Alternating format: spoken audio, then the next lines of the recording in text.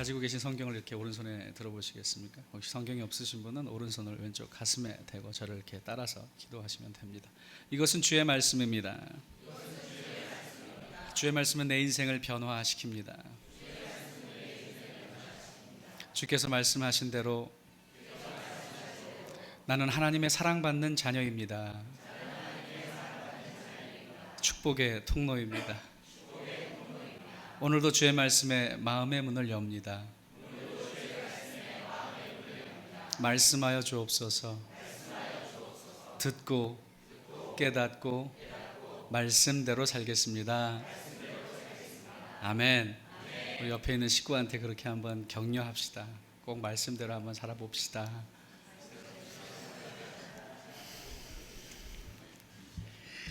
이게 낯서세요? 말씀대로 살자고 이야기하는 게 좀 쑥스러워지는 그런 시대를 저와 여러분이 살아가고 있습니다. 이렇게 불러주셔서 너무 감사하고요. 강영구 목사님이 굉장한 믿음을 가지고 있는 분이구나라고 생각을 했습니다. 주일 강단에 저 같은 사람을 세우는 게 쉽지 않은 모험입니다. 쫓겨날 수도 있죠. 그죠? 머리가 길고, 여기 몇 분은 그렇게 생각하고, 제가 독심술을 하거든요. 목사가 머리를 저렇게 묶고 이상하다, 그죠? 머리를 묶고 이상하죠. 풀름 더 이상해요. 그래서 묶고 있는 거니까 이해해 주시고요.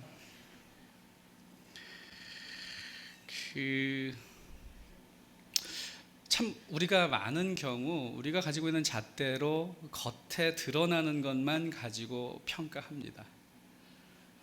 무엇인가를 맞춰줄 때도 그렇고요. 제가 지금 한국에 다시 들어온 지, 이민 간 지 30년이 됐고요. 들어온 지 8년, 만 8년이 지났습니다. 그래서 7년 사역하고 작년 12월에 겨울방학 맞아서 UCLA 대학교에 연구교수로 가서 한국 교회의 목회 리더십에 대해서 좀 연구하고 싶습니다. UCLA 대학교에서 그런 걸 연구하는 교수는 저밖에 없고요. 저는 뭐든지 해도 항상 제가 최초인 것 같아요. 목사가 머리를 기르는 것도 최초고, 그렇죠? 몇 분들은 어디서 본 것 같은데, 맞습니다. 제가 그 TV에 나왔던 그 목사입니다. 두 얼굴의 전교수란 이름으로 판타스틱 듀오에 나와서 전인권하고 같이 노래를 불렀던 목사입니다. 미친놈 소리 많이 들었습니다. 그런데 우리는 자꾸 눈에 보이는 것 가지고 판단합니다. 교회도 그렇습니다. 교회에 대한 것도 저와 여러분이 익숙한 것들을 가지고 익숙하지 않은 것은 이단이다 라고 이야기하고 싶고요. 기준에서 벗어난 것이 이단이 아니라 우리에게 익숙하지 않으면 이단이라고 생각합니다. 이상하다고 생각합니다. 그러면서 어느 순간에부터 기준이 바뀌어 버리고 기준이 사라진 시대, 그리고 절대 기준이 없는 시대를 가리켜서 또 포스트 모던 시대라고 이야기하기도 합니다. 또 어떤 분들은, 제가 이제 들어와서 굉장히 문화적인 충격을 많이 겪는데, 포스트 모던은 굉장히 악한 것으로 이야기합니다. 그럼 모던은 옳은 것입니까? 그렇지 않습니다. 모던은 과거형이고요, 포스트 모던형은 그냥 진행형일 뿐입니다. 어떤 것도 우리의 기준으로 봤을 때는 우리에게 익숙한 것들은 좋고 선한 것이다라고 생각하기 쉽고, 익숙하지 않은 것들은 악한 것이라고 생각하기 쉬운데, 성경은 그렇게 이야기하지 않습니다. 그래서 저는 짧은 시간이지만 이렇게 모험을 하고 저를 불러주셨으니까 여러분이 좀 익숙하고 또 편안한 이야기들보다는 하나님의 말씀을 가지고, 다소 불편하지만 무엇보다 초점인 하나님께서 기뻐하시는 교회가 어떤 모습인지를 하나님의 말씀을 가지고 여러분과 함께 고민하고 나누고 싶습니다. 어떤 분이 고등학교 동창회에 갔다 왔답니다. 여고를 나왔는데 여자 동창회를 갔다 왔는데 생각보다 일찍 왔대요, 부인이. 근데 표정이 너무너무 안 좋습니다. 그래가지고 남편이 묻습니다. 왜 그래? 누가 또 좋은 차 끌고 나왔어?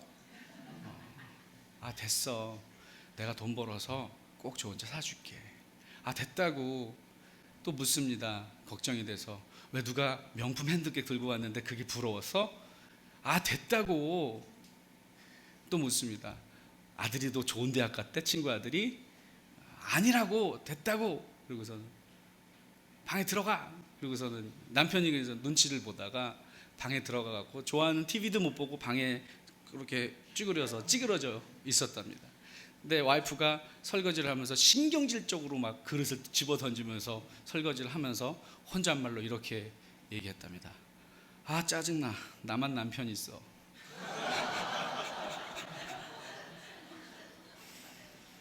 남편은 남편 나름대로 그 부인의 안 좋은, 남편들 잘하셔야 돼요. 아, 짜증나. 나만 남편 있어. 그러면 어떻게 해요? 그래서 와이프의 기분을 풀어주기 위해서 다양한 방법으로 풀어주려고 하지만 와이프가 가지고 있었던 불만은 다른 거였다는 말이죠. 우스갯소리로 웃자고 한 얘기지만 때로는 교회도 마찬가지입니다. 제가 30년 전에 이민 갔을 때, 그리고 잠깐 대학원 때 한국에 와서 인턴을 한 적이 있었는데, 한국 교회에서, 그때만 해도 한국 교회는 엄청난 영광을 누리고 있었던 때입니다. 1995년에는 우리나라에서 전 세계의 선교에 헌신한 사람들이 모여서 G코이라고 하는 선교 대회를 올림픽 스테디움에서 모였습니다. 그때 조지 바워 목사님이 콜링을 하셨을 때 우리나라 청년들만, 청년 대학생들이 단기적으로, 중기적으로 또 혹은 장기적으로 선교적 삶에 헌신하겠다고 선교사로 헌신한 사람들이 10만 명이었습니다. 그 열매가 지금까지 전 세계 130여 개가 넘는 나라에 한국 선교사가 가지 않은 곳이 없습니다. 2만 5천 명의 한국 선교사들이 나가 있다고 합니다. 그리고 미국 교회에 이어서 한국 교회가 복음을 받아들인 지도 얼마 되지 않은, 이제 겨우 130년 됐고, 그 당시는 100년 조금 넘은 한국 교회가 전 세계에서 가장 많은 선교사를 보낸 두 번째 나라가 되어 있었습니다. 그런데 2012년에 제가 교수가 되어서 들어왔더니 한국 교회는 그 이전의 영광과 하나님의 영광이 다 땅에 떨어져 있고, 기독교를 여러분과 제가 너무 익숙하게 듣는 개독교라고 부르고요, 교회 다닌다는 말을 하기가 부끄러울 정도로 땅에 떨어져 있습니다. 세상이 막 교회를 향해서 비판하고 모욕하고 조롱하고 욕하기 시작하니까 교회가 이렇게 허둥댑니다. 왜 그러는 거야? 그러면서 그 사람들의 비위를 맞추기 위해서 굉장히 많은 노력들을 했습니다. 사실 저와 여러분이 교회 다니는 것이 세상 사람들로부터 욕을 먹는 이유가 저와 여러분이 못났기 때문입니까? 사실 그들보다 열등하기 때문입니까? 그렇지 않은 것 같아요. 오히려 교회 안에 잘난 사람들이 얼마나 많습니까? 그럼에도 불구하고 욕을 먹는 이유. 그래서 교회가 개혁을 해야 된다, 갱신을 해야 된다, 다시 세상의 입맛에 맞추어서 해야 된다, 막 열린 예배, 별일들을 다 했습니다. 그런데 우리가 진짜 본심을 알기 위해서 하나님의 말씀으로 돌아가지 않았더라는 겁니다. 교회가 욕을 안 먹는 데만 초점을 맞췄습니다. 그런데요, 여러분, 교회는 원래부터 욕먹게 생긴 집단입니다. 복음에 미쳐있기 때문에, 예수 그리스도 때문에 사도행전 11장 24절에 보면 바나바는 착한 사람이여 성령과 믿음이 충만한 자라 이에 큰 무리가 죽게 더하더라. 그리고 25절에 그대야 비로소 그리스도인이라 칭함을 받았다라는 표현이 나옵니다. 크리스천이라고 하는 별명은 사실은 그렇게 자랑스러운 닉네임이 아니었습니다. 또 peculiar people, 베드로전서 2장 9절에 보면 너희는 왕같은 제사장이요 하나님의 택함 받은 백성이라는 표현을 영어 성경에 특히 그 킹 제임스 버전에 보면 God's peculiar people이라고 합니다. peculiar라는 단어를 사전에서 찾아보시면요, 아주 이상한, 기이한, 소고라고 써놓고 골 때리는, 여러분 골 때리는 사람들이에요. 그런 사람들이 하나님께 택함 받은 사람들이라는 호칭을 받았던 사람들입니다. 초대교회 때도 마찬가지입니다. 이 사람들이 안 해도 되는 일만 골라서 하는 거예요. 어려운 사람들 도와주고, 지나 잘하지. 근데 나도 어려운데 나보다 어려운 사람들을 만나면 자기가 입고 있던 옷까지 벗어주고, 예수님이 그렇게 만들었어요. 우리는 교회 다니면서도 호구 소리 안 들으려고 노력하는데 예수님의 산상수훈을 전체를 보시면요, 호구 중에 호구가 되라고 얘기합니다. 마태복음 한번 읽어보시면요, 누가 오리를 가자고 하면 십리를 걸어가지고, 이런 호구가 또 어디 있어요, 그죠? 오른뺨을 맞으면 왼쪽 뺨도 갖다 대랍니다. 미친놈이죠. 누군가 겉옷을 달라고 하면 속옷까지 벗어주랍니다. 당황하는 거예요. 우리를 놀리려고 했는데 이게 뭐지 이거? 그러면서 그런데 그 골 때리는 이 미친놈이네 호구네 라고 욕하고 조롱하려고 봤더니 그 사람들에게 공통점이 있습니다. 뭡니까? 그리스도라고 하는 유대인의 목수 아들이었던 예수라고 하는 사람을 추종하는 사람들이더라는 겁니다. 교회가 점점 영향력을 잃어버리게 된 것은 세상 속에 들어가야 되는데 세상과 분리되어서 우리끼리 뭉쳐서 우리끼리 더욱더 강력해지려고 했기 때문입니다. 유명해지려고 했고 더욱더 영향력이 있어지려고 했고, 그래서 십자가를 이용해서 마치 십자가가 성공의 사다리인 것처럼, 저도 그랬고요, 굉장히 그럴듯한 표현으로 포장은 하고 있었지만 여러분은 모르겠지만 적어도 저는 그리스도 예수의 이름을 이용해서 내가 유명해지고 싶었고 알려지고 싶었고 조금 더 영향력 있는 포지션에 가고 싶었고, 제가 교회 사역을 하면서도 대기업 직원들보다 사원들보다 더 열심히 뛰었었습니다. 어제도 저희 집사람하고 같이 어떤 그 컨설팅하는 브레인 컨설팅하는 분들하고 얘기하는데, 와, 저 목사는 이혼 안 당한 게 기적이다. 새벽별 보고 나가서 새벽별 보고 들어왔었습니다. 100명 남짓됐던 청년들을 미국 이민사회에서 4년 만에 1000명이 넘게 출석하는 교회를 만들었었습니다. 그리고 가는 곳곳마다 성공한 목회자라는 얘기를 들어가면서 컨퍼런스를 했습니다. 어떻게 하면 좀 더 효율적인 청년 사역자가 될 것인가. 한 달에 한 번씩 머리 색깔 바꿔가면서요, 속이 막 곪는데 염색을 자주 하면 머리가 곪습니다. 근데도 제가 저 스스로를 그렇게 위로했습니다. 목사가 망가져서 청년들이 행복해질 수 있다면 나 얼마든지 망가지겠다. 그런데 어느 날 주님께서 그렇게 얘기합니다. 마태복음 7장에 그런 얘기가 나옵니다. 그날에 많은 사람들이 주께 와서 내가 나더러 주여 주여 하는데, 나더러 주여 주여 하는 사람마다 천국에 가는 게 아니다라는 겁니다. 놀라셨죠? 주여 주여 한다고 천국에 들어가는 게 아닙니다. 이 얘기했더니 누가 그러더라고요. 주여 주여 하면 2번만 하면 안 된다고, 3번 해야 된다고. 주여 주여, 주여는 3창이 기본인데 2번 하니까 안 된다고.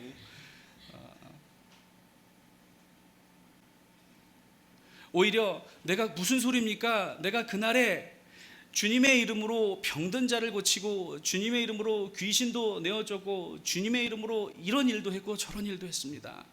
그랬더니 내가 뭐라고 할지 아니, 도무지 너를 알지 못하는도다 이 악을 행하는 자야. I never knew you, you evildoer. 목사의 아들로 자라서요, 잠깐 교회를 떠나긴 했었지만 청년 사역으로 부르심을 받고 20년 동안 미친 듯이 살아오면서 그래도 많은 사람들한테 참 성공하고 유명한 목회자라는 소리 듣고, 30살에 만 30살에 한동대학교 박사학위도 없이 교수로 들어가고, 제가 청소년 사역할 때 기타 잡으면요 미국에서 막 청년들이 500명 1000명씩 모이고 그랬었다고요. 그런데 그 말씀을 통해서 야 이놈아 너는 내 이름 팔아갖고 너 유명해졌지. 그걸 뛰어넘어서 내가 주님의 이름으로 굉장히 많은 일들을 했다고 생각했는데 이 악을 행하는 자야 그러는 겁니다. 악을 행하는 자야. 유진 피터슨이라고 하는 목사님이 번역한 메시지 성경에 보면 You used my name so that you may be important. You missed the boat. I'm not impressed a bit. 나 하나도 감동받지 않는다.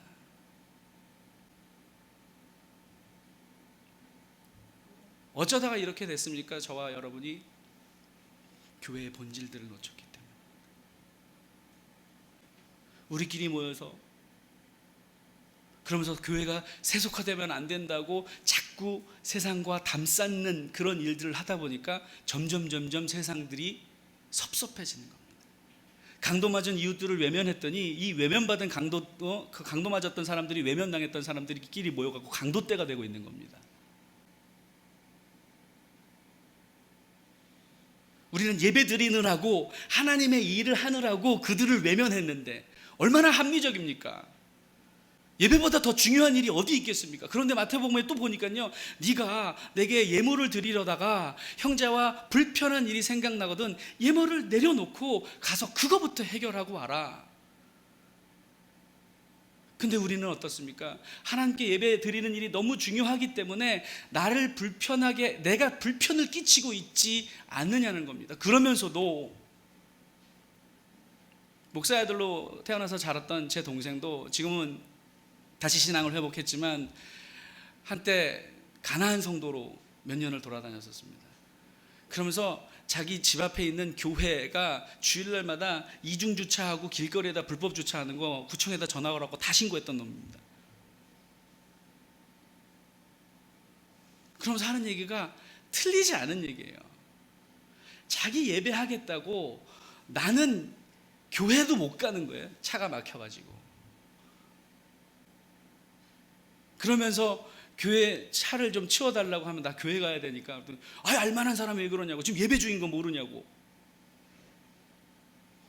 그리고 또 불법 주차하는데 단속될까봐 그 라이센스 플레이트를 가리잖아요. 다른 걸로 가리면 괜찮은데 주보로 가려놔 이렇게, 그죠? 우리끼리는 묻지만 믿지 않는 사람이 보기 얼마나 참, 이 모든 모습들이 하나님께서 말씀하셨던 너희들은 이런 사람이 되어야 한다. 세상이 욕하고 조롱한다 할지라도 이게 그리스도인의 공동체의 모습이어야 한다라고 얘기해 주셨는데, 우리는 자꾸 우리의 기준대로, 우리가 익숙한 것대로, 또 우리가, 누가 그러더라고요. 데이비 플랫이라고 하는, 레디칼이라고 하는 책을 썼던 목사님이 예수가 전했던 메시지와 똑같은 메시지를 전하고 예수가 받았던 대우와 다른 대우를 기대한다면 그건 정신병 아니겠느냐. 제가 그러고 있었더라는 겁니다. 예수는 하나님 나라의 복음을 전하시고 십자가에서 죽으셨는데 저는 하나님의 나라를 복음을 전한답시고 유명해지고 싶어지고 사람들한테 대우받고 싶어 하더라는 겁니다. 그 이유가 무엇인가? 교회가 동사가 아니라 명사가 되어버렸기 때문에. 1절에 보면 데오빌로여, 내가 먼저 쓴 글에는 무릇 예수께서 행하시며 가르치시기를 시작하신부터. 예수님께서요 행하시고 가르치셨답니다. 가르치시고 행하라고 말씀하신 게 아니라, 한국교회가 특별히 더시티 사랑의 교회도 마찬가지지만 제자훈련, 저도 제자훈련으로 컸던 사람 세대입니다. 저희 아버지가 사랑의 교회 오카노 목사님 제자훈련 평신도를 깨운다 일기, 최용준 목사님하고 저희 아버지가 일기셨습니다. 저희 아버지는 그래서 개척하셔서 개척교회를 통해서 제자를 만드는 사역을 하시겠다고 하셨고, 최용준 목사는 그 당시에 부산 호상학교, 그 당시에 부산 무슨 세중앙교회인가 거기에 부임해 가시면서 기존 교회를 제자훈련으로 바꾸시겠다고. 그게 벌써 40년 전입니다. 누구나 제자훈련을 받았습니다. 저는 중학교 때 새벽 4시 반에 일어나가지고 중고등부들을 위한 제자훈련을 받았었습니다. 제자훈련을 받아야지 행하는 거라고 생각을 했었습니다. 그런데 아니더라는 겁니다. 예수 믿는 감격 때문에 배우는 것도 좋지만 행하면서 배우는 겁니다. 행하면서. Action first, learning comes after. 행함 없는 가르침은 위선입니다. 교육이 마찬가지입니다. 학교 교육이 왜 무너졌는지 아십니까? 선생님들부터 그렇게 살지 않으면서 혁신적 삶에 대해서 이야기합니다. 창조적 경제 이야기하고요. 본인부터 버리지 않고, 본인부터 희생하지 않고, 본인부터 현장으로 뛰어들어가지 않는데, 제가 목사가 되고 나서 전도한 기억이 별로 없더라고요. 그러면서도 청년들한테 매일 전도하라고 강조하고 있더라는 겁니다. 잘 가르친다고 변화되지 않더라는 겁니다. 지금 여러분도 제가 좀 잘생겨갖고 주목하면서 잘 듣고 있는 척하지만 잘 안 듣고 계실걸요. 지금 시험해볼까요? 여러분 오른손을 이렇게 들어보세요. 오른손을 제가 시키는 대로 여러분 오른 턱에다가 이렇게 갖다 대세요. 거기가 턱이 아니에요, 뺨이에요. 그죠? 듣는 척하고 있는데 나온 대로 한다니까. 지금 정신을 딴 데다 놓고 있다니까요. 우리 애들이 마찬가지입니다. 저 여러분이 아무리 조리 있게 논리적으로 설명하고 가르친다고 그 아이들이 우리가 말한 대로 잘하지 않습니다. 우리가 보여준 대로 잘합니다. 왜 그리스도의 영광이 땅에 떨어졌는지 아십니까? 저와 여러분이 입으로는 하나님의 영광을 달고 살지만 우리의 삶 가운데 예수님은 항상 맥도날드 빅맥보다도 못한 주님이십니다. 왜? 헌금이 항상 1,000원짜리니까요. 빅맥이 세트는 4,900원이에요. 단품은 3,800원인가 그렇고.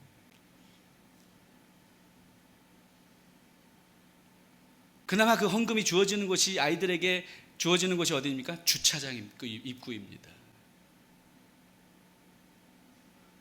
그 아이들이 하나님의 영광을 위해서 주님이 네 인생의 최고봉이야라고 이야기하지만 실제로 우리가 주님을 섬기는 법은 이렇게 섬기는 거야. 쓰고 남은 것으로 주님을 섬기는 거야 라고 보여주고 있더라는 겁니다. 우리 삶이.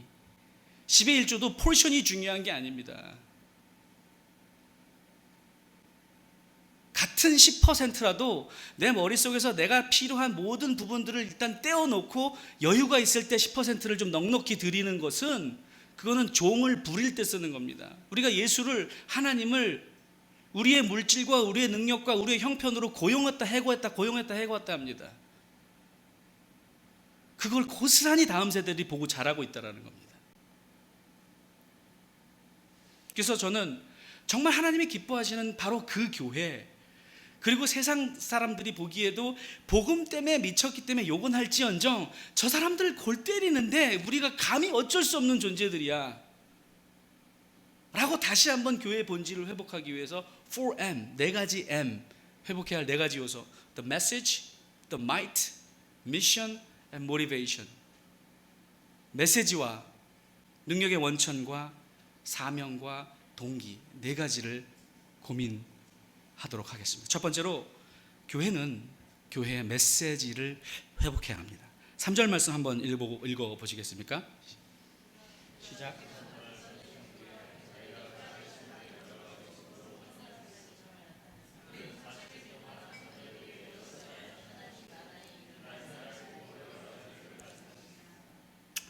교회가 체험하고 전도할 때 나눠야 할 핵심적인 메시지가 뭐라고 생각하십니까? 저 여러분이 흔히 전도할 때 70년대 80년대 때는 더 그랬지만 우리가 교회로 누군가를 인도할 때에 흔히 사용하는 메시지가 뭡니까? 예수 믿으면 복 받는다는 겁니다. 근데 성경 어디에 예수 믿으면 복 받는다는 얘기가 있습니다?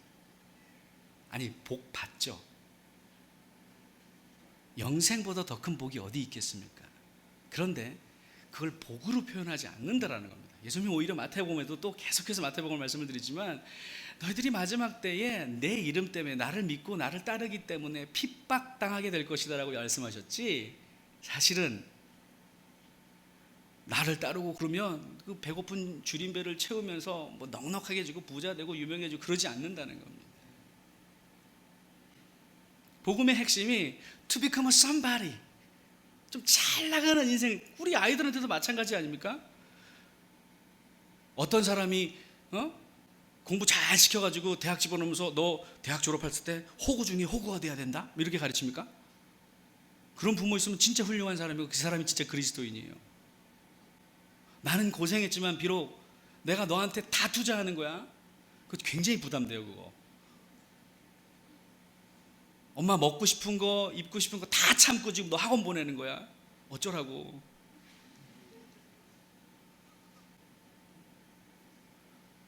제 동생은 서울여자대학교 교수인데 우리 아버지가 이제 은퇴하신 지 14년이 되셨습니다. 정말 가난한 동네에서 개척을 하셨고 나중에 부임하신 동네도 정말 찢어지게 가난 달동네 아세요? 봉천 3동 달동네에 10집이 하나 플라스틱 화장실을 나누어 쓰는 그런 동네에서 목회를 24년 하시다가 은퇴하셨습니다. 근데 그 은퇴한 저기신데 동기 목사님들끼리 모이면 저 목사 네가 제일 잘 됐다라는 거야. 자식들이 제일 찌질했는데. 제 동생한테 그랬습니다. 아버지가 우리를 잘 키우셨다. 우리가 잘, 소위 세상 사람들이 보기에 잘 나가는 걸로 친다면 잘된 계기가 뭘까 했더니 아빠의 무능력. 우리 아버지는 무관심도 했지만 무능했어요. 세상 사람들이 보기 그걸로는. 돈이 없었으니까. 제 동생은 중학교 때까지 축구를 했던 축구 선수입니다. 우리나라 운동 선수들 아시죠? 히딩크 전까지는 축구 선수들은 지 이름도 한자로 못 쓰던 애들이 수두룩 빽빽입니다. 제 친구가 서울시립대학교 교수라는데 서울시립대학교에 운동 특기생으로 들어온 애가 교수님 죄송합니다 이렇게 답안지에 그래서 죄송합니다. 재수 없어. 재수라고 죄송이라고 쓰냐. 그 정도였는데 얘가 갑자기 인문계 고등학교로 진학을 해서 미친듯이 공부를 해서 고려대학교로 들어갔어요. 나중에 그랬습니다. 야, 너는 진짜 공부하기 너무너무 힘들었을 텐데 어떻게 그렇게 했니? 그랬더니 판 돌아가는 게 또 그랬대요. 자기한테는 아버지 목사로 저렇게 은퇴하면 어차피 물려받을 돈도 없을 거고, 그죠? 내가 운동을 하는데 운동 뒷바라지는 당연히 못 해줄 거고, 자기 먹고 자라는 거 보니까 중학교 2학년 때 축구를 그만뒀는데 지금 이렇게 먹어갖고는 키도 다 안 클 거고, 달리기가 빠르니까 축구 선수가 됐는데 고등학교 때부터는 몸싸움도 굉장히 심하거든요. 축구는 몸싸움이라고 그러더라고요. 그럼 자기는 국가대표는커녕 대학도 못 가겠더라는 거야. 축구 선수로 발탁해갖고는. 그 절박함이 얘로 하여금 공부하게 만드는 거예요. 그러니까 고등학교 들어가서 알파벳을 다시 배우니 얼마나 쉽지 않았겠어요. 사람들이 돌대가리라고 얘기하면 외우면 잊어버리고 외우면 잊어버리고, 돌아서 외웠는데 뒤돌아보면 잃어버리고 그러더라고요. 동생이 그러더라고요. 돌대가리가 외우는 건 어려운데 한번 외워지면 안 지워져. 그러더라고요. 굉장히 긍정적이에요. 교회가 체험하고 메시지는, 전도할 때 주는 메시지는 당신 예수 믿으면 잘 먹고 잘 살겠다가 아닙니다.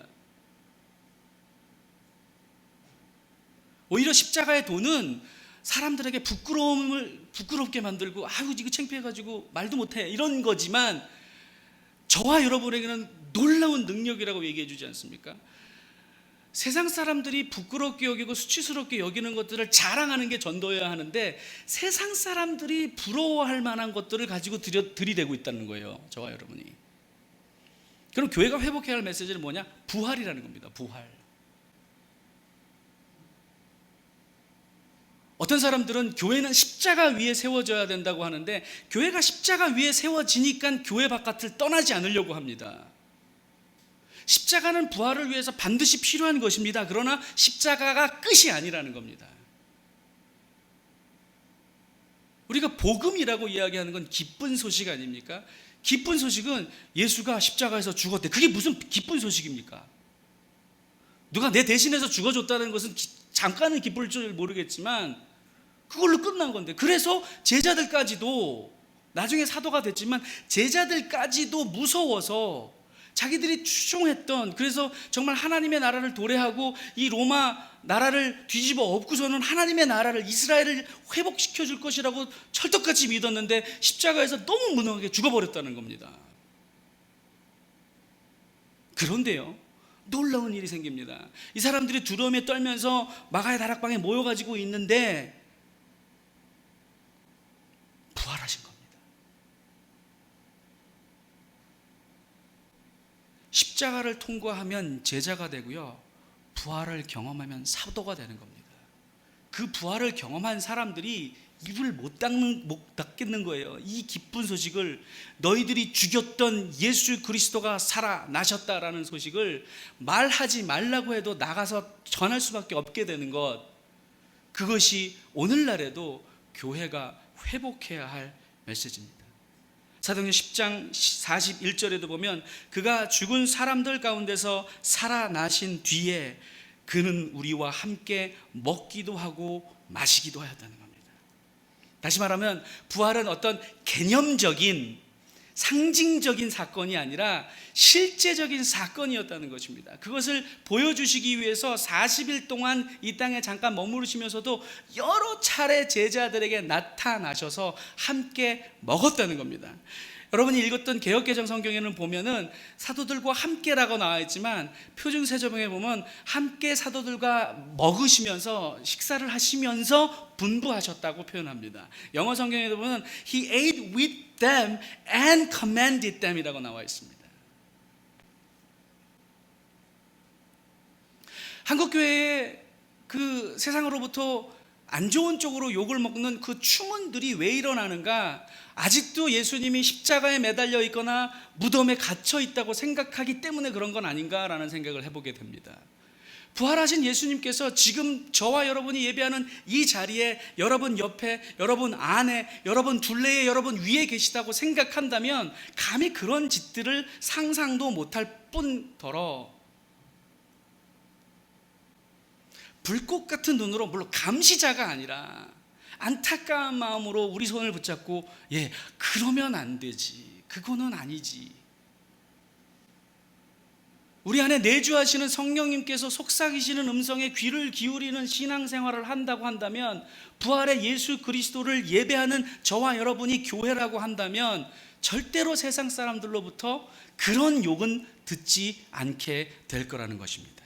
두 번째 회복해야 할 것이 The might, 교회의 원천을 회복하는 일입니다. 4절과 5절 다시 한번 함께 읽어보시겠습니까? 시작.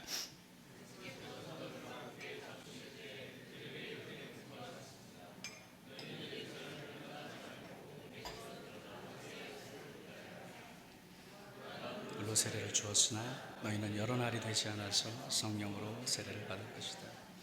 제가 써드린 파워포인트에 써드린 이 번역이 표준 새 번역인데, 여러분이 함께 봉독하셨던 게는 잡수실 때라는 표현이 나와 있지 않죠. 어쨌든 뭐라고 분부를 하시냐면, 예루살렘을 떠나지 말고 내게서 들은 아버지의 약속을 기다려라 라고 얘기합니다.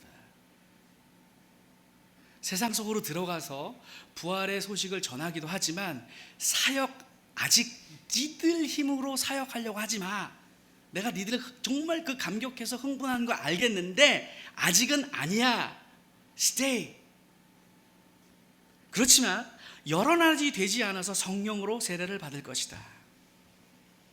교회의 영향력을 사람들이 자꾸 착각하기를, 교회가 가지고 있는 숫자 무슨 중요하죠. 제가 아까 사모님하고 장로님한테 그랬어요. 축하드린다고. 아직 3년이 되지 않았는데 살아남았다는 것만으로도 기적 같은 일인데, 이렇게 많은 사람들이 모이는 건 정말 기적이에요, 요즘 같은 시대에. 그럼에도 불구하고 여러분과 제가 모이는 숫자 혹은 헌금의 액수가 영향력이라고 생각한다면 우리는 여전히 영향력 없는 공동체입니다. 동탄뿐만 아니라 판교, 죽전, 수원 이쪽에 대형교회들이 얼마나 많은데요. 보통 작은 교회들이 1000명 된다고 그러고 5000명, 10,000명 되는 교회들이 손에 꼽힐 정도입니다. 그리고 그 교회들이 1년에 소위 헌금 예산액이 거의 100억대 되는 교회들도 있을 겁니다. 그럼에도 불구하고 왜 세상에서 영향력이 없을까요? 영향력의 힘의 원천이 돈이 아니고 숫자가 아니라는 겁니다. 저 여러분이 가지고 있는 스펙이 아니라는 겁니다. 성령이라는 겁니다.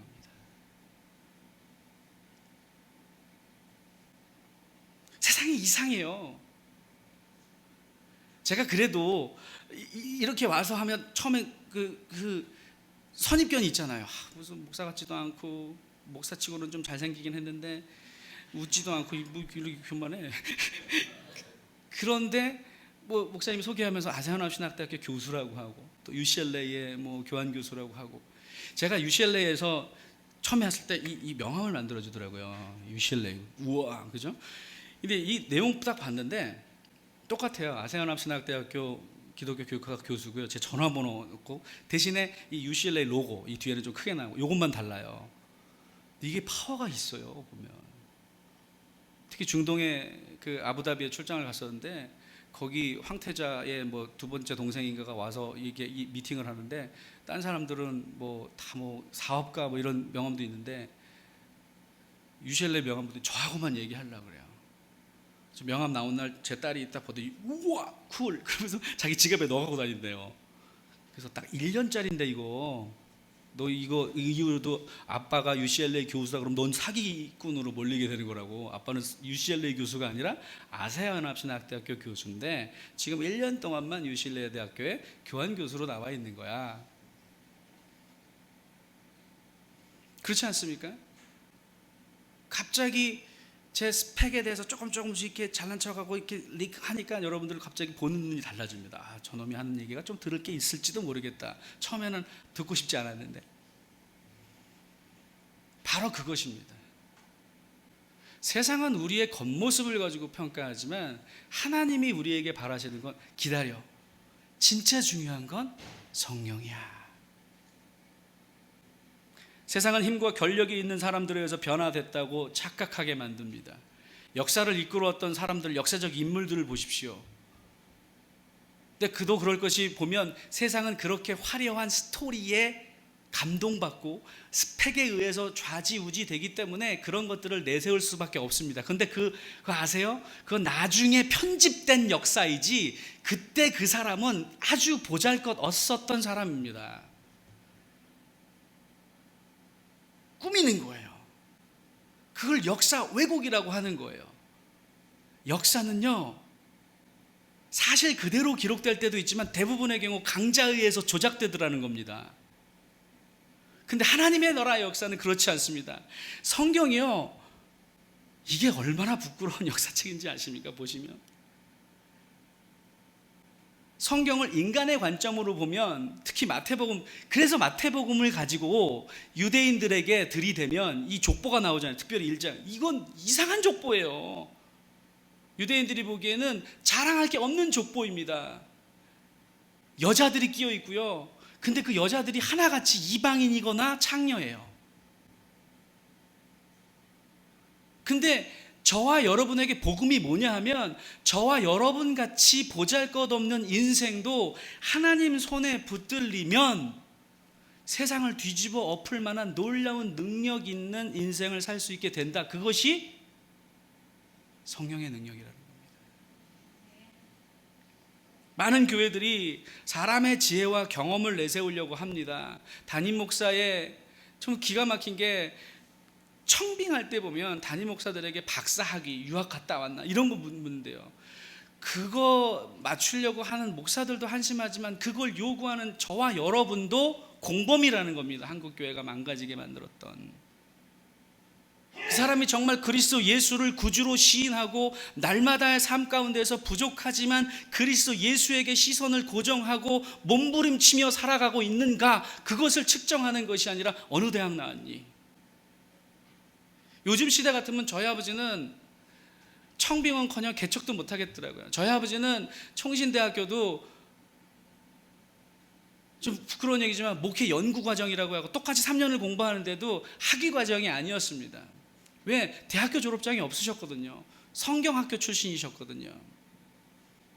그런데도 지하실에서 개척하시고 정말 놀랍게, 그 시대는 그랬어요.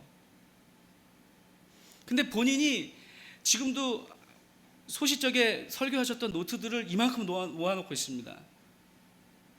그런데 그걸 보면요, 빼곡하게 빨간 줄이 거 있고 X표, 동그라미, 그리고 성경 구절들은 모두 빨간 펜으로 썼습니다. 그 위에 또 초록색 펜으로 2번, 3번 했습니다.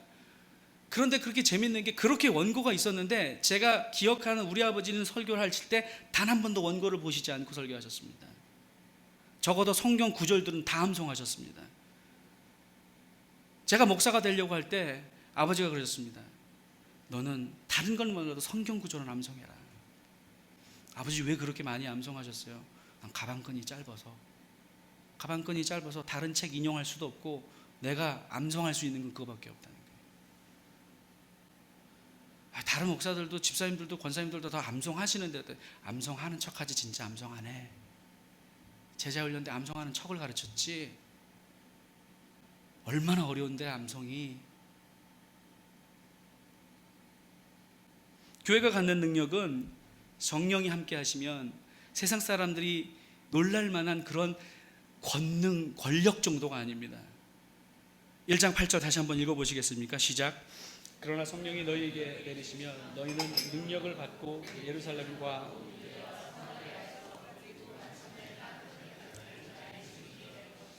거기에 능력이라는 단어를 보시면 권능이라고 우리 성경에 나와 있지만 그 권능이라는 단어의 헬라어 원어가 두나미스랍니다. 그 두나미스라는 단어에서 다이너마이트가 나왔습니다. 폭발력입니다. 레디컬한 거죠. 그래서 세상 사람들이 와우, 인상적이네 정도가 아니라 와우, that's crazy. 완전 미쳤네 이거.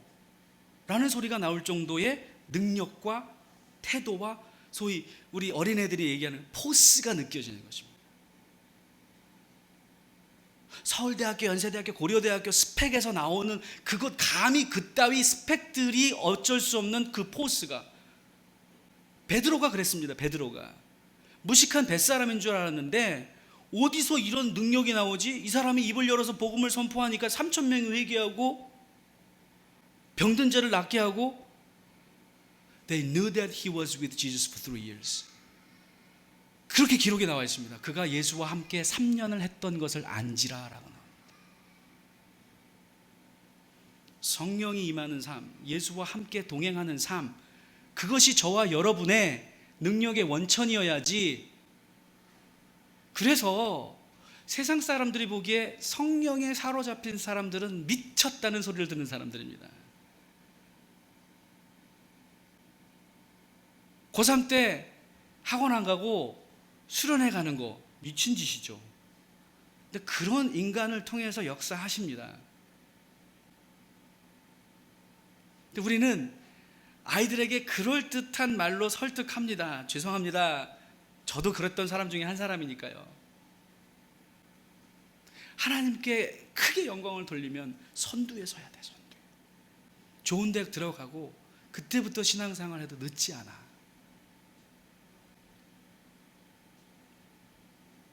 중학교 때까지는 여론수학교학교도 보내고 교회 프로그램들을 보내지만 고2, 적어도 고3 때 교회 프로그램에 보내는 건 미친 짓입니다. 그죠? 그 미쳤다는 소리 듣고 싶지 않아서 우리도 따라갑니다. 제가 그렇게 해서 주일 성수를 하지 못하고 외고 들어갔던 첫 번째 세대입니다. 서울대학교 시험 볼 때 저는 미술을 했었기 때문에 필기의 날짜하고 실기 날짜까지 해갖고 저는 3일을 시험을 보는데 실기 중에서 두 번째 전공 실기는 주일날 치렀습니다. 그래서 대학을 떨어졌다는 게 아니라 저는 그 대학 떨어진 것이 제게 엄청난 축복이었던 것을 지금 고백할 수 있습니다. 그때는 힘들었습니다. 하나님 도대체 왜요? 내가 서울대 들어가가지고 하나님의 영광을 돌릴 수 있었는데. 하나님 방법은 그게 아니더라는 겁니다. 우리 아버지는 속으로 제가 대학 떨어졌을 때 그렇게 기뻤대요. 저가 서울대학 들어가서 제가 고2 때부터 데모를 했었거든요.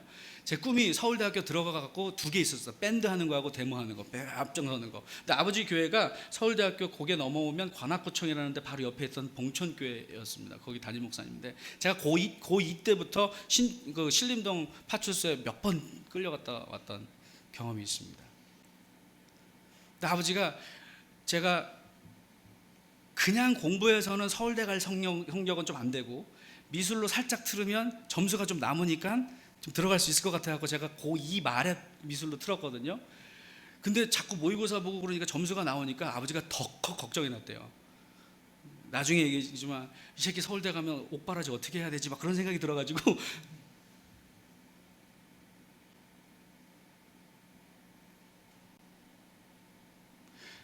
성령에 취하면요 미쳐서 다른 사람들이 미쳤다고 할 정도로 하지 않아도 되는 일들을 하게 됩니다.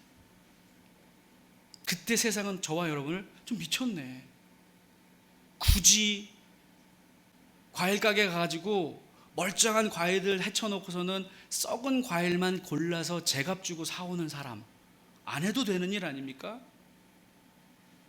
그래서 그 주인이 그랬을 거예요. 집에 가서 오늘 호구 하나 만났다고. 그 참외들 그 멀쩡한 거 놔뒀는데 그 썩은 것만 골라서 가져가더라고. 그게 맛있다나 뭐 이러면서. 근데 그것이 되풀이 될수록 이 사람이 점점 미안해져서 묻습니다. 왜 당신이 그렇게 썩은 참외만 골라가냐고. 제가 예수 믿는 사람인데요, 제가 썩은 참외를 골라가면 예수 믿지 않는 누군가가 멀쩡한 사과를 사갈 수 있지 않을까요? 아무것도 아닌 일 같지만 그런 작은 일들 가운데에서 미쳤다는 소리를 들을 때 그거는 욕이 아니라 칭찬일 수 있다는 겁니다. 린다 로덴버그라고 하는 창업 혁신가가 있습니다. 린다 로덴버그는 인디버라고 하는 비영리 단체, 창업 혁신가들을 돕는 그런 비영리 단체입니다. 설립자인데 이 사람이 하버드 대학교를 나왔습니다. 학부를. 그리고 대학원을 예일 대학교 러스쿨을 갔습니다. 러스쿨 1학년 때 무슨 책을 읽다가 기업가 정신, 엔터프러니십이라고 하는 책을 읽고 내가 이런 의미 있는 삶을 살아야 되겠다라고 생각하고 예일 대학교 법대를 때려치우고 그 인디버라고 하는 비영리 단체를 설립하려고 하는데 부모가 말립니다. 학교 졸업하고 해도 괜찮다. 네가 왜 그런 길을 굳이 가려고 하니? 스타트업, 넌 취직해서 로펌에 가갖고 그 연봉, 거액 연봉 받으면서 그때 많은 사람들 도우면 되지. 왜 그걸 때려치우고서는 스타트업을 하려고 그러니? 그때 린다가 부모님 무릎을 꿇고 엄마, 아빠, 내가 이거 안 하면 죽을 것 같아요. 나 꼭 이거 해야 될 것 같다고 눈물로 호소하면서 학교를 때려치고 그때 인디버를 설립하고 진짜 미쳤다는 소리를 들을 만한 창업자들을 수많이 만났답니다. 그러면서 이렇게 결론을 내리고 책에 이렇게 씁니다. 만약 당신이 뭔가를 시작할 때 미쳤다는 이야기를 듣지 않는다면 그건 당신이 그만큼 혁신적으로 생각하지 않았다는 증거다. 미쳤다는 이야기를 듣지 않고서 세상을 뒤흔든다? 불가능한 일이다. 미쳤다는 건 칭찬이다. 기독교 역사학자이면서 미래학자인 레너드 스윗이라는 교수가 있습니다. 그분이 수많은 책들을 써서 한국에도 번역이 되고 그 중에 하나가 옛날에 제가 강용구 목사님하고도 이야기하다가 들었었는데 강용구 목사님도 읽으셨다 그러던데 1990년대 말에 나왔던 스타벅스 교회에 가다라는 책입니다. 그분이 수많은 책들 가운데에서 나를 미치게 하는 예수라는 책을 썼습니다. 그 책이 한국에서는 정말 많이 안 팔렸던 책입니다. 근데 그 책이 저를 많이 변화시켰습니다. 그 책에서 서문에 이렇게 이야기합니다. 오늘날 교회의 문제는 지극히 정상적이지만 무력하다는 데 있다. Absolutely normal but powerless. 미치지 않았기 때문에. 복음에 미친 모습을 찾아보기 힘든 오늘날 교회의 모습들입니다. 교회는 복음을 핑계로 너무 점잖아지게 만들려고 합니다. 균형 잡힌 영성이란 이름으로 중간만 가자고 합니다. 욕만 먹지 말자고 이야기합니다. 그건 사탄의 속임수입니다. 성령을 만나면요, 미쳤다는 소리가 칭찬으로 들린답니다. 그래서 초대교회가 네로 황제를 미치게 만드는 겁니다.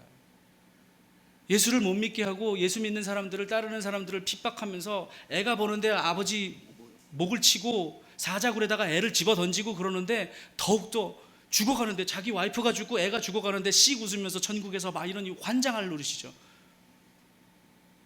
나중엔 그래서 로마시에다 불을 질러버립니다. 네로가. 그게 성령의 능력이라는 겁니다. 성령의 힘이 아니라 우리의 힘으로 우리에게 주어진 그 정말 보잘것없는 우리의 재능과 은사를 가지고 하나님 나라를 만들어 보겠다고 하고 우리의 이름을 내보겠다고 하니까 교회가 더 힘들어지는 것입니다. 저는 어렸을 때 아버지가 처음으로 그렇게 어렵게 공부를 하시고서 76년도에 목사 안수 받으시고는 간 첫 번째 목회지가 강원도 영월 서면이었습니다. 아직도 기억이 납니다. 강원도 영월 서면 신천 1이었는데 거기에 교회가 딱 하나 있습니다. 그것도 그 벽돌, 빨간 벽돌도 아니고 그 세멘트 브로크라고 하는 걸로 지어진 교회였습니다. 거기가 얼마나 산골이었냐면 76년, 77년만 해도 봄에 날이 풀릴 때 그 동네 아주머니들이 뒷산에 쑥 캐러 가셨는데 무장공비한테 죽는 곳입니다. 무장공비가 수시로 들락거릴 수 있는 그런 산골이었습니다. 근데 그 전기도 잘 안 들어올 때가 있고요. 어쩔 때는 전기가 자꾸 끊깁니다. 그래서 집에는 작은 교회에 특별히 촛불 켜거나 호롱불이 있었습니다. 호롱불이. 호롱불이 재밌는 게요, 요만한 등잔 같은 데다가 심지를 놓는데 그 심지를 푹 적시는 게 기름입니다. 등유도 있고 냄새가 나는데 등유 말고 다른 들기름 같은 것도 태우면 그게 이렇게 촛불처럼 이렇게 됩니다. 아주 냄새도 탈 때 고소하고요. 또 겨울 같은 때는요, 그 호롱불이나 그런 등잔 밑에 가면 따뜻합니다. 밝기도 하지만. 그런데요, 하루는 이 기름이 다 떨어졌습니다. 근데 이 기름을 다시 이게 쟁반 같은 데다가 제가 초등학교 1학년 때인데 이 붓기가 쉽지 않단 말이에요. 그러니까 귀찮으니까 그냥 그 심지에다가 계속 성냥불을 거가지고 불을 불려고 하는데 불이 안 붙고 자꾸 끓음이 나는 거예요. 거의 한 40년도 넘은 일인데 제가 최근에 말씀을 묵상을 하다가 그때 생각이 나면서 왜 교회에서 열심히 섬기는데 주변을 힘들게 하지? 그때 그 생각이 났습니다. 우리가 성령을 기름 부으심에 많이 비유하지 않습니까? 성령의 기름 부으심, 기름이 떨어졌는데 기름이 떨어지니까 자기를 희생하는 거예요. 자기 몸을 자꾸 불사르려고 하는 거예요. 자기 딴에는 선한 의도로 하는데 기름이 불을 태우는 거지, 불을 만드는 거지, 자기 심지가 불을 만드는 게 아니기 때문에 심지에다 자꾸 불을 붙이면 자꾸 열심히 하면 할수록, 희생하면 희생할수록 끓음을 내갖고 주변도 어렵게 만들더라는 겁니다. 그때부터 제가 청년들한테 사역을 하려고 할 때 살살해라, 하기 싫으면 하지 마라, 이거는 돈 안 받아도 누가 인정해 주지 않아도 이런 뭔가 의도를 가지고 헌신하고 희생하잖아요. 누가 알아주지 않으면 상처받습니다. 섭섭합니다. 주보에 내가 헌금했는데 주보 명단에서 이름이 철자가 틀리면 굉장히 시험받습니다. 별로 교회가요 뭐 다른 교리 이단 논쟁으로 깨지지 않더라고요. 아주 작은 것 가지고 그 섭섭마귀가 들어와 가지고 그걸 막 서운하게 만들어 가지고, 목사님 내가 이렇게 헌신했는데, 제가 청년 목회할 때 그다음부터는 목사님 제가 이렇게 열심히 헌신했는데, 그래서 누가 너보고 하랬니? 누가 하래? 뭐 간사님들도 그렇고 뭐 목사님들이 잘 보여야지 또 간사가 되고 서번트가 되고 뭐 그러니까, 하나님이 하라고 그럴 때까지, 이거 아니면 죽을 것 같은 생각이 들 때까지는 그냥 놀아. 교회는 일하는 데가 아니라 노는 데야. 심지어는 제 제도 교수님 중에 한 분이 쓴 책 중에 한국말로 번역이, 하나님과 건일다 멋있게 번역이 됐지만 원래 제목은 Wasting Time with God입니다. 하나님과 함께 시간을 낭비하기. 예배는 그겁니다. What a waste라고 할 정도로, 거룩한 낭비라고 불리울 정도로 향유옥합 깨뜨린 게 What a waste. 유다라고 하는 사람이 나중에 예수를 판자지만 그 사람이 돈 맡은 사람으로서 그 마리아가, 어쩌면 어떤 성경에는 이름도 없는 그 여인이 향유옥합을 깨뜨리라고 예수님의 발을 적시면서 그걸 씻으니까 What a waste. 그런데 하나님이 That's a great waste. 그거야말로 위대한 낭비다. 우리가 계산 착착착착 해가지고 하나님이 기뻐지고 남들이 보기 Wow, that's great, that's impressive, 그 정도만 하는 것, 그것이 하나님 나라의 사역이 아니라 그냥 놀다가 벌어지는 일이 하나님의 역사입니다. 이렇게 하면 이제 강영구 목사님 다음 주부터 주석이 절대 부르지 말아야 돼. 막 성도들한테 난 열심히 헌신을 하려고 했는데, 헌신하지 말라는 얘기가 아니라 우리의 헌신의 동기가 누군가를 임프레스 하려고, 깊은 인상을 주고 감동시키려고 하는 것이 아니라 내 안에 성령께서 이미 감동을 충분히 주셨기 때문에 이거 안 하면 죽을 것 같고 아무도 안아주지 않아도 So what? 하나님이 아셨는데, 하나님이 보셨는데, 물동원 하인의 심정으로 I don't care who's recognizing, 누가 나를 알아주고 와 칭찬해주고 박수 쳐주고 칭찬해 뭐 이렇게, 요즘 애들은 뭐 칭찬해 뭐 이런다는데, 그거 안 해줘도 as long as God cares, 하나님이 보고 계셨고 하나님의 영광을 받으시기만 하셨다면, 그게 로마서에 나와 있는 바울의 미친 고백입니다. 목회 서신들을 감옥에서 쓰고 뭐 이러는데, 한 번은 감옥에 갇혀가지고 야 나 감옥에 있는 동안 사람들이 경쟁적으로 복음을 사역을 한다 그러는데 wow, that's great. 미친놈 아닙니까? 근데 그 미쳤다는 건 칭찬이라는 겁니다. 바울이 뭐라 그러냐면, 내가 무슨 일을 하던 간에 전해지는 게 복음이면 그거 얼마나 위대한 일이니, 그거 갖고 뭐라 그러지 마라. 세 번째 회복할 것이 사명입니다. 미션입니다. 미션. 6절과 7절 한번 읽어보겠습니다. 시작.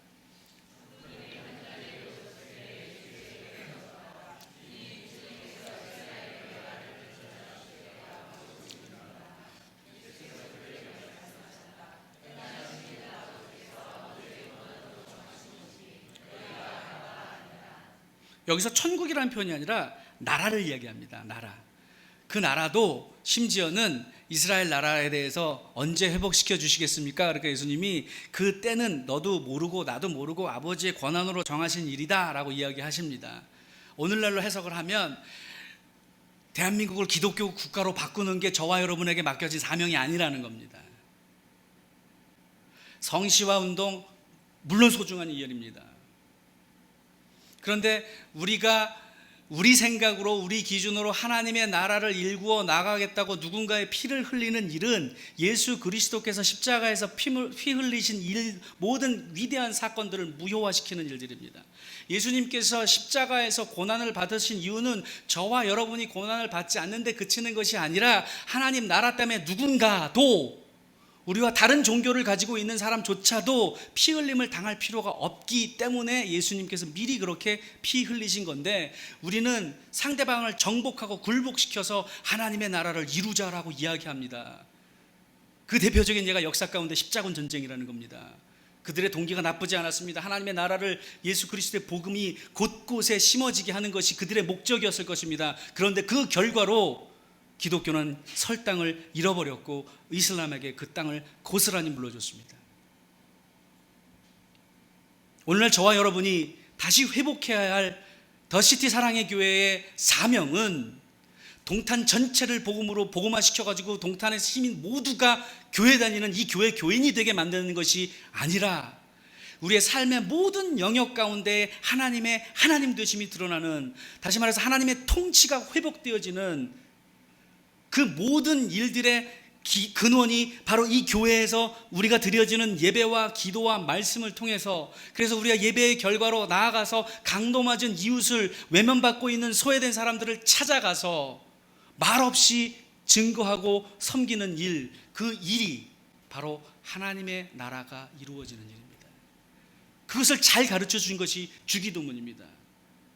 복음이 왜곡되면서부터 주기도문도 왜곡되기 시작했습니다. 어떤 사람이 주기도문을 가르치는데 주기도문은 두 파트로 이루어진다. 하나님께 영광 돌리는 예배의 부분이 있고, 오늘날 우리에게 일용할 양식을 주옵심어부터는 우리가 우리에게 필요한 것들을 하나님께 요구할 수 있는 당당한 권리이다 라고 이야기합니다. 그렇지 않습니다. 주기도문은 통으로 하나입니다. 그리고 주기도문의 핵심 문장은 첫 번째, 하늘에 계신 우리 아버지 이름이 거룩히 여김을 받으시오며, That's it.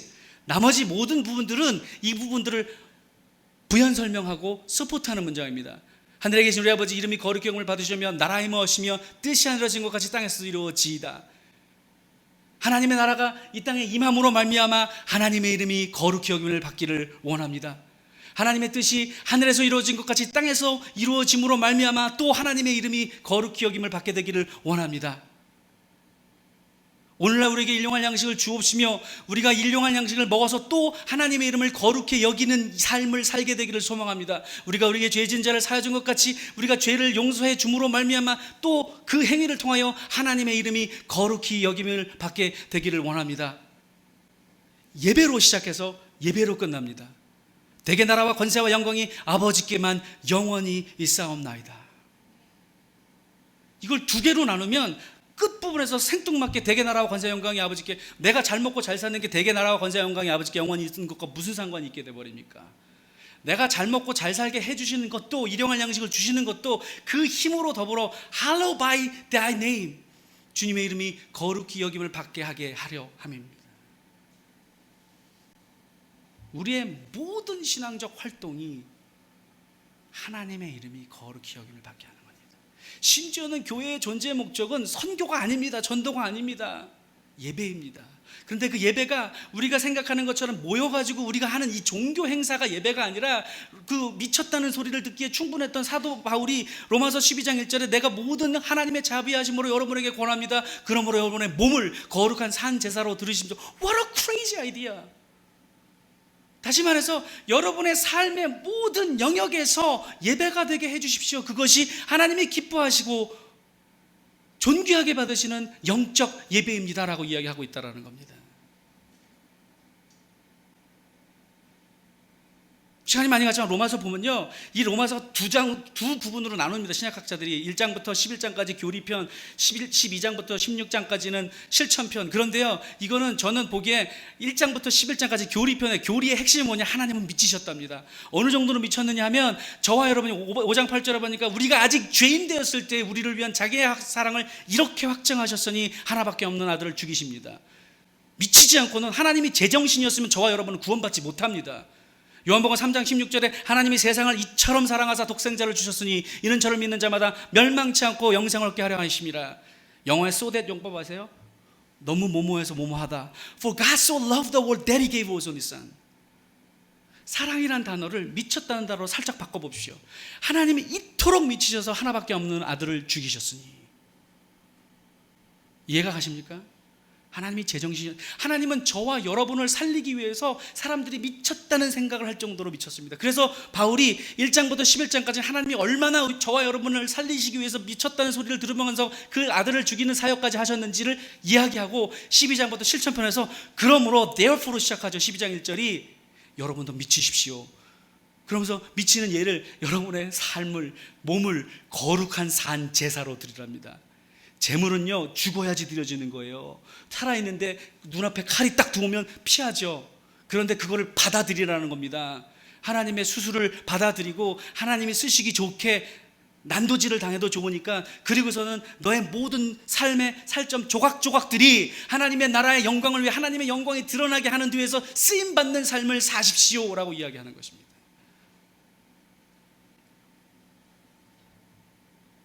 저와 여러분이 열심으로 전도한다고 한 거, 선교한다고 하면 하루에 1000명씩 전도하면 통계적으로 전 세계 인구 복음을 전하는데 약 19,800년이 걸린답니다.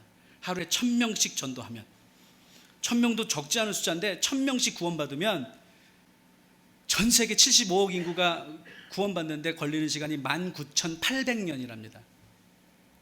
지구의 나이를 6,000년이라고 얘기하는데 2번 돌아가야 되는 나이예요. 그죠? 많은 사람들이.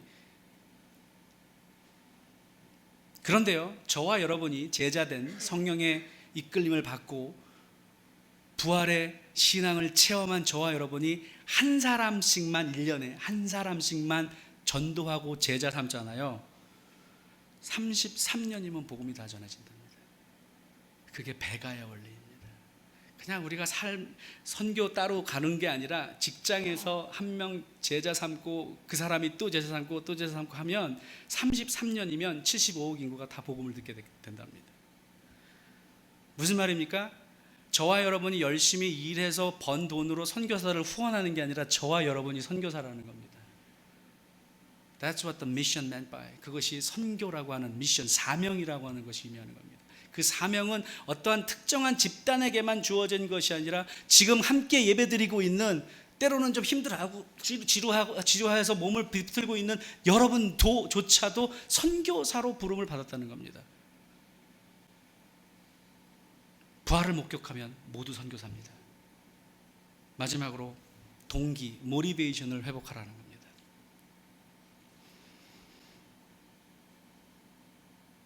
11절, 혹시 자막이 있으면 11절 한번 보시겠습니다. 시작.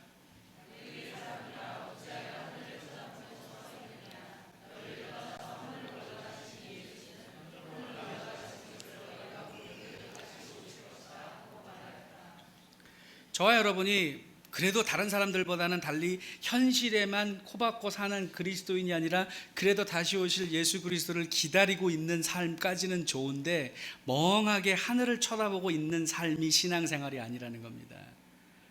다시 오실 예수 그리스도에 대한 확신을 가지고 오늘을 뚜벅뚜벅 걸어가는 삶, 그것이 영성입니다. 그리고 다시 오실 예수 그리스도가 다시 오실 때는, 그때는 이제 심판 마지막이기 때문에 내 사랑하는 사람들이 적어도 그 심판대에 서지 않도록 하기 위해서 선교하는 것입니다. 이 땅에서 영원히 거할 것처럼 살아가는 것이 아니라 마치 내일이라도, 그때는 날은 아무도 알지 못했던 것처럼 도적처럼 오신다는 게 살그머니 오신다는 게 아닙니다. 그때를 예언하지 않고 그냥 불쑥 찾아오신다는 얘기지. 그렇지만 그때는 하늘이 열리고 무덤이 터지고 하늘에서 빵빠레가 울릴 정도로 모든 사람들이 알게 옵니다. 무슨 휴거 영화에서 보는 것처럼 자고 있는데 한 사람은 가고 한 사람은 나고, 그런 거 없습니다. 성경에. 특별히 장로교 개혁주의 신학에는 그런 가짜 그런 잘못된 종말론적인 거 가르치면 안 됩니다. 예수님 분명하게 하나님의 나팔 소리 천지진동할 때에 구름 타시고 너희들이 본 것처럼 그대로 오실 텐데, 언제 오실지 아무도 모르기 때문에 지금, 바로 지금 전도하라는 겁니다. 주님이 내일 오시더라도 디모데후서 2장 15절에 있는 말씀처럼 내가 하나님 앞에서 부끄러울 것이 없는 자로, 인정된 자로 자기 자신을 드리기에 힘쓰는 그런 삶. 때로는 주님이 2000년 동안 안 오셨는데 설마라는 생각으로 살아가다 보니까, 이 땅에서 영원히 살아갈 것처럼 생각하다 보니까, 심지어는 교회마저도, 교회들이 수백억 수천억 들어가고 건물 짓는 거 보면 예수님이 안 오실 것, 오시면 절대 안 될 것 같아. 그렇지 않겠어요? 이거 우리 한번 입당도 안 했는데 주님 오신다고 생각해. 얼마나 아까워. 근데 진짜로 내일이라도 오실 것 같이 생각하면 건물이 중요하지 않다는 얘기를 하는 게 아닙니다. 무엇이 중요하냐는 거, 더 중요하냐는 겁니다. 나그네의 삶을 살아야 됩니다. 저는 더 시에리 사랑의 교회가 지금보다 더 부흥해도 건물이 화려해지지 않게 되기를 바랍니다. 좀 더 심플해지기를, 숫자가 늘어나면 늘어날수록 심플해졌으면 좋겠습니다. 그래야지 이사가기도 쉽고 선교하기도 좋고. 저희 교회는 창립된 지 15주년, 올해가 15주년, 제 미국 교회가 처음부터 지금까지 목표가 300명이었습니다. 300명 넘어가면 계속 우리가 떨궈냅니다. 의도적으로. 어떤 사람들은 뭐 예수 믿고서는 다른 교회에 있다가 와가지고 왜 이 또감사교회는 무슨 양육도 없고 다 알아서 크는 거예요. 양육은 무슨 선교하느라고. 우리 교회는 정관에 아직도 그렇게 되어 있습니다. 다른 건 몰라도 우리가 숫자가 50명이 될 때도 100명이 될 때도 우리 1년 예산의 70%는 선교에 쓰자. 70%가 넘지 않는 해에는 교회를 해산하자. 모든 교회가 그래야 된다고 생각하지는 않습니다. 우리는 또 하나의 교회가 되고 싶지 않았기 때문에, 이름은 또 감사지만, 저희는 교인들이 지금도 300명밖에 안 됩니다. 그런데 한때는 1년 예산이 150억이었습니다. 150억 가운데 120억, 130억을 선교로 썼습니다. 항상 마지막 달에 송구영신 예배 때 잠깐 결산 보고합니다. 우린 예산이라는 게 없고 결산 보고입니다. 헌금 수익 1200만, 300만 불, 1300만 불, 지출 때로는 지출이 오버가 됩니다. 1400만 불, 마이너스면 박수칩니다. 더 박수치고 와! 남으면, 한 푼이라도 남으면 다 제로로 만들고 다시 1월 1일부터는 다시 시작합니다. 굉장히 종말론적 사고를 가지고 있는 교회입니다. 그런데 우리 교인들이 대부분이 정말 부자들입니다. 우리 교회를 같이 창립하신 장로님 중에 한 분이, 한국에서는 그렇게 인기가 없지만 유럽이나 일본, 중국에서 난리난 포레버 21이라고 하는 의류 그 가게입니다. 옷가게입니다. 그 장로님은 10의 1로 자기가 살고 10의 9를 늘 선교에 헌금하시는 분입니다. 그런 분들이 틈만 나면 선교합니다. 틈만 나면 선교에다가 선교 헌금하고, 자기가 못 갈 때는 헌금 드리고, 그리고 철칙이 돈 보냈을 때는 입 닥치고 있자라는 겁니다. 누가 알아주지 않아도 좋습니다. 그래서 세워진 게 한동대학교 국제학교고요. 필리핀에 선교사 자녀들이, 미국 선교사 자녀 학교가 있는데 한국 학생들이 하나도 없다는 얘기를 듣고, 거기다가 우리 돈으로 한 50억 정도 들여가지고 강당 지어주고 막 하면서 지금은 50%가 넘는 사람들이 한국 선교사 자녀들입니다. 모르는 사람이 더 많습니다. 우리 존재는. 지금 제가 말씀드리고 싶은 게 뭐냐 하면, 내일 주님이 오실지도 모른다라는 생각으로 살아가야 되는 게 교회의 본질이라는 겁니다. 우리를 움직이는 모든 동기, 모티베이션은 주님의 다시 오심입니다. 모든 포커스가, 결론입니다. 교회의 본질은 거룩함입니다. 거룩함은 점잖 떠는 게 아닙니다. 거룩함이라고 하는 것은 현재에 충실해지는 것입니다. 오늘만 사는 것이 아니라 오늘이 마지막인 것처럼 살아가는 게 거룩하다는 것입니다. 거룩이라고 하는 것은 이 땅에서 유명해지는 것이 절대 아닙니다. 거룩은 성령에 사로잡히는 것입니다. 말씀에 사로잡히는 것입니다. 내 모든 삶이 심플해갖고 언제든지 떠날 수 있는 준비를 하는 사람들입니다. 눈에 띄는 게 거룩입니다. 거룩한 성도로 부르신 밤은 저와 여러분이 있을 곳은 이 교회 예배당이 아닙니다. 건물이 아닙니다. 하나님의 임재가 있는 곳, 세상 속입니다. 고아와 과부와 정말 병든 자들, 마약한 사람들, 동성애자들이 있는 그 곳으로 저와 여러분이 가야지 거룩해지는 것입니다. 우리끼리 모여있는 건 거룩이라고 이야기하지 않습니다. 거룩이라고 하는 히브리 단어의 원어적 의미는 눈에 띈다는 겁니다. 구별됐다는 겁니다. 어디다 던져놔도 눈에 가장 먼저 띄는 게 거룩하다는 것입니다.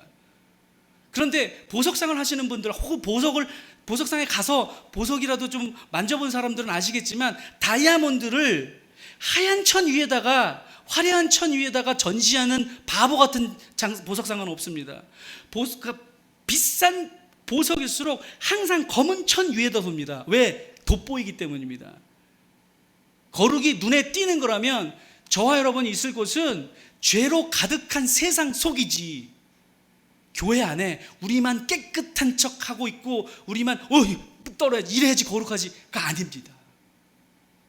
그러기 위해서 바로 오늘 하나님의 복음 때문에 미쳤다는 소리를 들어도 연연치 않고 하나님만 기뻐하시고 하나님의 이름만 높임을 받는다면 no matter what I cost, 모든 것을 다 동원해서 가는 것, 그것이 거룩한 성도의 삶, 교회의 본질이라는 것입니다.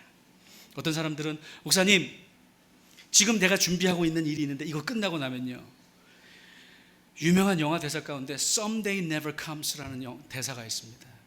언젠가라는 말은 절대로라는 말의 다른 표현뿐입니다. 핑계치 마십시오. 바로 지금입니다. 나중에 언젠가 우리 애가 다 가고 결혼하고 그때 하나님이 여러분 저 부르시면 어떡하실 겁니까? 지금 결단하십시오. 기도하겠습니다. 하나님, 귀한 하나님의 백성들이 모였는데 참 제가 부족한데 혹시 불편하게 하지 않았는지 두렵습니다. 그럼에도 불구하고 하나님, 어차피 천국에서 볼 분들인데 천국 가서 정말 하나님께 칭찬받는 모습을 보고 싶습니다. 우리가 칭찬받고 싶습니다. 그래서 하나님 조금 불편하게 해드렸습니다. 용서해 주십시오. 그러나 성령께서 위로하시고 도전하시고 격려하셔서 친히 더 시티 사랑의 교회 성도 한 사람 한 사람, 아니 그 식구들의 삶을 통하여 동탄 지역의 하나님의 통치가 회복되어지며 기꺼이 미쳤다는 소리를 칭찬으로 알아들을 수 있는 귀한 공동체 되게 축복하여 주시옵소서. 예수님 이름으로 기도합니다.